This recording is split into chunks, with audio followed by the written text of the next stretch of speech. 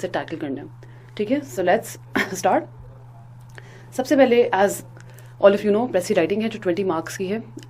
ये पढ़ लेते हैं कि एग्जामिनर ने खुद क्या कहा हुआ है कि careful selected passage with an orientation of generic understanding and enough flexibility for compression shall be given for precising and suggesting an appropriate title. तो बेसिकली वो करता क्या है कि 20 मार्क्स में से 15 जो होते हैं चले जाते हैं प्रेसी के, और 5 मार्क्स जो है वो आपके टाइटल के होते हैं. तो 5 whole marks are for your title that you can not lose. Obviously हम लोग इतना ज़्यादा ध्यान नहीं देते अपने प्रेसी के टाइटल को, या अक्सर जो कैंडिडेट्स हैं वो बिल्कुल भूल ही जाते हैं, वो बिल्कुल लिखते ही नहीं हैं. तो ये नहीं करना. You have to make sure that you mention precis का टाइटल एज वेल. अच्छा जी, उसके बाद कॉम्प्रीहेंशन है. कॉम्प्रीहेंशन में अगेन इट्स 20 मार्क्स और 5 सवाल नॉर्मली होते हैं, और इस तरह से उसकी डिवीजन हुई होती है, या 4 सवाल होंगे 5-5 नंबरों के, इस तरह से. तो अब इसके बाद आपकी आ जाती है ग्रामर और वोकैबुलरी. ठीक है, अब इसके अंदर मल्टीपल चीज़ें आ जाती हैं. प्रेसी का आपको पता है कि एक चीज़ है, कॉम्प्रीहेंशन दूसरी चीज़ है. ठीक है, आगे जो है थोड़ी सी छोटी छोटी ग्रामर की चीज़ें हैं जो हमने बचपन में की होती हैं या बड़े होते हुए हम लोग पढ़े होते हैं, बट वो हमारे ज़हनों से या तो बाहर होती हैं, या हमें उसके रूल्स नहीं पता होते, या हम बहुत कंफ्यूज हो जाते हैं उनको करते हुए. तो वो भी एग्जामिनर ने जॉट डाउन कर दिया है कि ये इनमें से या इसमें से आ सकता है. तो उसमें से देख लेते हैं कि टेंस है, उसके बाद आर्टिकल्स हैं, फिर प्रेपोजिशन है, फिर कंजक्शंस है, उसके बाद पंक्चुएशन है, phrasal verbs, synonyms and antonyms. अब सिनोनिम्स एंड एंटोनिम्स नॉर्मली ये आपके एमसीक्यू सेक्शन में आता है, which is the first 20 marks of your paper. उसके बाद आ जाते हैं आपके फ्रेजल वर्ब्स, फिर आ जाती है पंक्चुएशन, कंजंक्शंस, प्रेपोजिशंस, आर्टिकल्स और टेंसेस.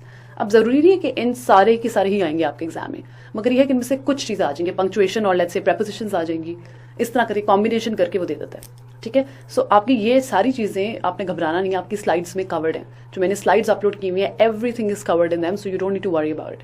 ठीक है, फिर आपका आ जाता है सेंटेंस करेक्शन. सेंटेंस करेक्शन में वो 2 चीज़ें चेक करता है. 1, या आपकी ग्रामर चेक करेगा, या आपकी वो पंक्चुएशन चेक करेगा. ठीक है, तो आपने बेसिकली उसको रीराइट करना होता है सेंटेंस को, या आपको अक्सर ये होता है कि आपको पैराग्राफ्स के फॉर्म में आ जाता है, उसको आपने एज इट इज कन्वर्ट करना होता है.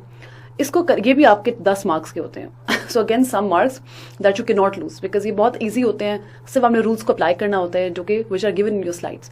तो it's not a very very difficult thing if you focus on it, if you give it like 1 or 2 hours let's say every week, तो आप बड़े आराम से इसको टैकल कर सकते हैं.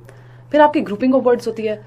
मोस्टली जो आपके मार्क्स हैं इसी में लूज होते हैं, क्योंकि हमें बहुत मुश्किल होता है कि उन दोनों पेयर ऑफ वर्ड्स का मतलब आता हो. ठीक है, तो आपको बेसिकली वो रैंडम लिस्ट दे देते हैं 20 वर्ड्स के मॉडरेट स्टैंडर्ड. या तो होता है कि they neither very easy nor utterly unfamiliar. ठीक है, उसको ग्रुप करके या इस तरह से आपको दे देते हैं, जिसमें से आपने करना ही होता है कि आपने उनकी एनालॉजीज ड्रॉ करनी होती हैं.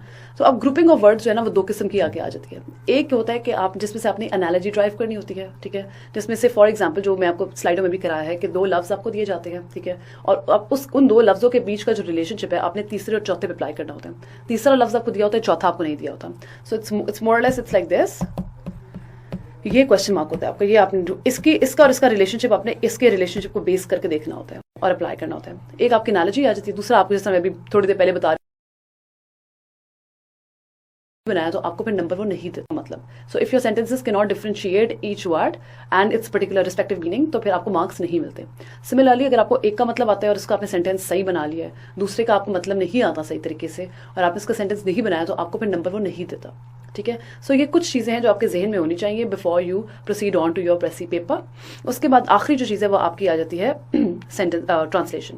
ट्रांसलेशन में ये होता है कि आपको एक उर्दू दिया होगा और आपने उसको ट्रांसलेट करना होता है इंग्लिश में. अब वो कह यही रहा है कि 10 short Urdu sentences, sometimes it's a paragraph, it's no given thing, involving structural composition, significant terms and figurative idiomatic expressions. ठीक है, shall be given to be accurately translated into English. It is up to you if you want to change it into idiomatic language. It is up to you if you do not want to change it into a very figurative language. If you want to translate everything as it is completely up to you. ठीक है, तो आप वो करें.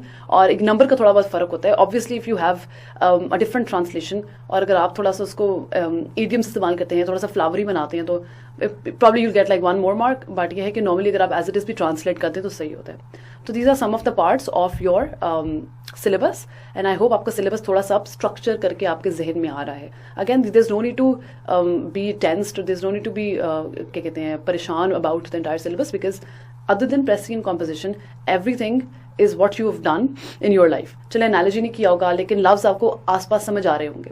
चलें आपने pair of words नहीं as it is pair of words कभी नहीं किए होंगे, लेकिन जो लफ्ज़ लिखे होते हैं वो मोरलेस इतने होते हैं कि बंदा कर लेता है फिगर आउट। और अगर नहीं भी कर सकता तो आई गिवन यू आपके कोर्स पैक में पेयर ऑफ वर्ड्स हैं जो मोस्ट कॉमन है या जो most used in your CSS essays and your CSS precis, वो जो है लफ्ज़ मैंने जॉट डाउन करके, और आप ऐसे कुछ इंटरनेट से भी हेल्प ली है, कुछ खुद ही से भी मैंने अपनी इन्फॉर्मेशन डाल के I made a list and you can refer to that. आप उसमें से लफ्ज़ याद कर सकते हैं, उसमें से लफ्ज़ देख सकते हैं और अपनी वोकैबुलरी जो है वो बिल्ड कर सकते हैं। ठीक है, I hope this was useful for you. Thank you.